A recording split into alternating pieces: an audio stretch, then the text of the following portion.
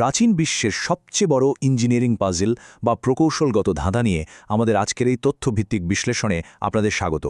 আজ আমরা বিজ্ঞানের লেন্স দিয়ে ইতিহাসের অন্যতম সেরা একটি বিষয়কে একটু অন্যভাবে একেবারে ভেঙে দেখব। তো চলুন আর কথা না বাড়িয়ে সরাসরি মূল বিষয়ে ঢুকে পড়ি এবং এই বিশাল রহস্যের প্রতিটি স্তর উন্মোচন করি।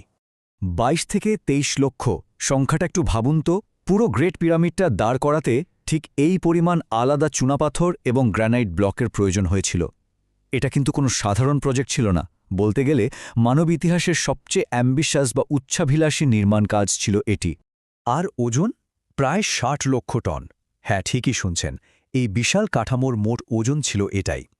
এই অকল্পনীয় ফিজিক্যাল লিমিটেশন বা শারীরিক সীমাবদ্ধতার কথা ভাবলেই অবাক হতে হয়। সত্যি বলতে আজকের দিনের এই অত্যাধুনিক প্রযুক্তির যুগেও যে কোনো বাঘা স্থপতির কাছে এটা একটা বিশাল চ্যালেঞ্জ হিসেবেই বিবেচিত হবে। এবার যে সংখ্যাটা বলবো সেটা হলো 120। আপাতদৃষ্টিতে এটা একেবারে অসম্ভব একটা গাণিতিক সীমাবদ্ধতা। ইতিহাসবিদদের মতে এই পুরো কাজটা শেষ করার জন্য সময় ছিল মাত্র ২০ বছর। এর মানে কি দাঁড়ায় জানেন? এর মানে হলো শুধুমাত্র দিনের আলোতে কাজ করে স্থপতিদের প্রতি ১২০ সেকেন্ডে, অর্থাৎ ঠিক ২ মিনিটে একটা করে বিশাল ব্লক নিখুঁতভাবে জায়গায় বসাতে হয়েছিল। অবিশ্বাস্য, তাই না? তো এই অসম্ভবকে তারা কিভাবে সম্ভব করেছিল, সেই রহস্যটাই আজ আমরা ধাপে ধাপে উন্মোচন করব। আজ আমরা দেখব ১. স্থাপত্যের বিবর্তন, ২.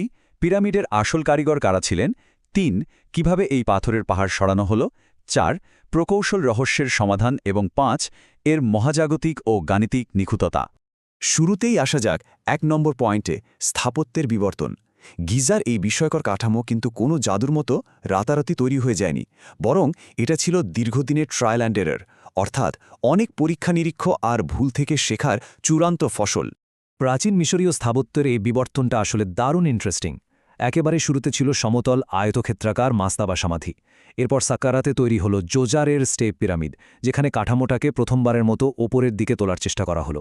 এরপর দাহাসুরের ব্যান্ড পিরামিড, যেটা বানাতে গিয়ে মাঝপথেই স্থপতিদের কোণ পরিবর্তন করতে হয়েছিল, অনেকটা রিয়েল টাইম অ্যাডজাস্টমেন্টের মতো।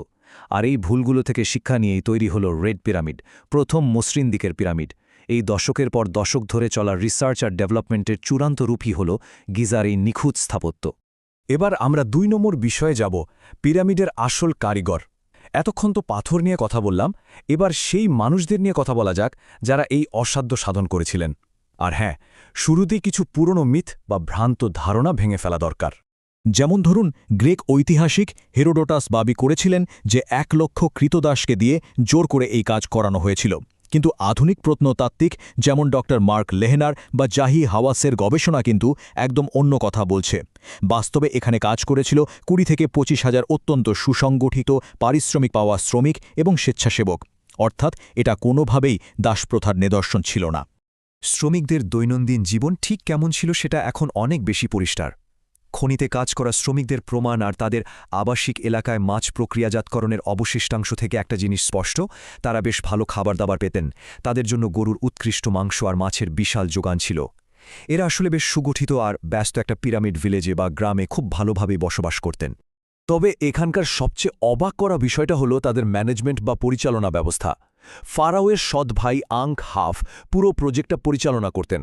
শ্রমিকদের ২০০ জনের এক একটা ফাইলস বা দলে ভাগ করা হতো। এই দলগুলো আবার ছোট ছোট গ্যাংয়ে বিভক্ত ছিল। আর ভাবলে হাসি পাবে, এই গ্যাংগুলোর আবার ড্রাঙ্কার্ডস অফ মেনকাউরে বা মেনকাউরের মাতাল এর মতো বেশ মজার সব নামও ছিল। তাদের হাতে ছিল আর্সেনিক মেশানো শক্তিশালী তামার টুলস আর পাথর কাটার জন্য কোয়ার্টজ বালি। এই নিখুঁত আমলাতান্ত্রিক ব্যবস্থাই আসলে পুরো দেশের জনশক্তিকে একটা অসম্ভব দক্ষ নির্মাণ ইঞ্জিনে পরিণত করেছিল। আমাদের ৩ নম্বর বিষয়টা হল পাথরের পাহাড় স্থানান্তর। সত্যি বলতে মানব ইতিহাসের অন্যতম বড় সাপ্লাই চেইন ম্যানেজমেন্টের উদাহরণ এটা। এই মিলিয়ন মিলিয়ন টন পাথর জোগাড় করা আর সেগুলোকে টেনে আনা, এই লজিস্টিক চ্যালেঞ্জটা ছিল আক্ষরিক অর্থেই বিশাল। ওয়াদি আল জার্ফ থেকে পাওয়া প্রাচীন প্যাপিরাসগুলো এই বিশাল লজিস্টিক অপারেশনের দারুণ সব তথ্য দেয়। এই নির্মাণের উপকরণ আসত পুরো দেশ থেকে, যেমন কাছাকাছি এলাকা থেকে আসত চুনাপাথর, সিনাই থেকে আসত তামা, আর সবচেয়ে বড় চমকটা হল গ্র্যানাইট ব্লকগুলো নীল নদের প্লাবনের সময় জলপথ ব্যবহার করে প্রায় ৫০০ মাইল দূর থেকে আনা হতো। এক একটা ৬০ টন ওজনের আসওয়ান গ্র্যানাইট ব্লক। জাস্ট ভাবুন বিষয়টা। আর স্থলপথে ভারী পাথর টানার ক্ষেত্রে তারা পদার্থবিজ্ঞানের দারুণ একটা ট্রিক বা কৌশল কাজে লাগিয়েছিল। বিজ্ঞানীরা দেখিয়েছেন শুকনো বালিতে স্লেজ টানতে প্রায় ১৩,৪৮৬ নিউটন বল লাগে, কিন্তু বালির সামনে যদি সামান্য পানি ঢেলে দেওয়া হয়, ম্যাজিকের মতো ঘর্ষণ ৫৫% কমে যায়। তখন টানার বল নেমে আসে মাত্র ৬,১৩১ নিউটনে। এই সিম্পল কিন্তু ব্রিলিয়ান্ট একটা হ্যাকের কারণে এত ভারী পাথর অনুভূমিকভাবে টেনে নিয়ে যাওয়াটা অনেক সহজ আর এফেক্টিভ হয়ে গিয়েছিল। এবার ৪ নম্বর সেকশন, প্রকৌশল রহস্যের সমাধান। ওই যে শুরুতে বলেছিলাম প্রতি ১২০ সেকেন্ডে একটা করে ব্লক স্থাপন, পাথরগুলো কিভাবে এত উঁচুতে এত দ্রুত আর নিখুঁতভাবে সাজানো হলো, চলুন তার সবচেয়ে গ্রহণযোগ্য গাণিতিক তত্ত্বটা একটু দেখে নিই। প্রকৌশলী আর বিজ্ঞানীদের গাণিতিক হিসেবে সবচেয়ে শক্ত যে তত্ত্বটা দাঁড়িয়েছে সেটা হলো হাইব্রিড র্যাম্প বা মিশ্র ঢালু পথের তত্ত্ব। এটাকে আমরা ৩কে ধাপে ভাগ করতে পারি। প্রথম ধাপে মাটি থেকে ৪৩ মিটার পর্যন্ত একদম বাইরের দিকের সোজা একটা র্যাম্প বা ঢালু পথ ব্যবহার করা হয়েছিল। এরপর ৪৩ থেকে ১০০ মিটার পর্যন্ত পিরামিডের ঠিক ভেতরেই একটা পেঁচানো বা সর্পিল র্যাম্প তৈরি করা হয়। আর শেষে ১০০ থেকে ১৪৬ মিটার উচ্চতায় জায়গা কমে যাওয়ায় ছোট পরিসরের লিভারিং সিস্টেম ব্যবহার করা হয়েছিল। এই নকশাটা দেখলে হাইব্রিড র্যাম্প সিস্টেমের পুরো কনসেপ্ট একদম জলের মতো পরিষ্কার হয়ে যাবে। প্রাচীন প্রকৌশলীরা কতটা স্মার্ট ছিলেন একটু খেয়াল করুন। পিরামিড যত ওপরের দিকে উঠেছে তত সরু হয়েছে, জ্যামিতিক সীমাবদ্ধতা বেড়েছে, আর ঠিক সে কারণেই তারা পাথর তোলার পদ্ধতিও চেঞ্জ করেছেন, যেটা এই ৩টা আলাদা রঙের পর্যায় থেকে স্পষ্ট বোঝা যায়। পরিস্থিতির সাথে এই দারুণ মানিয়ে নেওয়াটাই কিন্তু তাদের সফল করেছিল। আমাদের আজকের শেষ পয়েন্ট ৫ নম্বর বিষয়, মহাজাগতিক এবং গাণিতিক নিখুঁততা। এতক্ষণ তো আমরা পাথর, র্যাম্প আর ফিজিক্যাল ইঞ্জিনিয়ারিং নিয়ে অনেক কথা বললাম। এবার চলুন এর অত্যাশ্চর্য মহাজাগতিক আর গাণিতিক অ্যালাইনমেন্ট নিয়ে একটু কথা বলি। তথ্যগুলো শুনলে সত্যিই অবাক হতে হয়।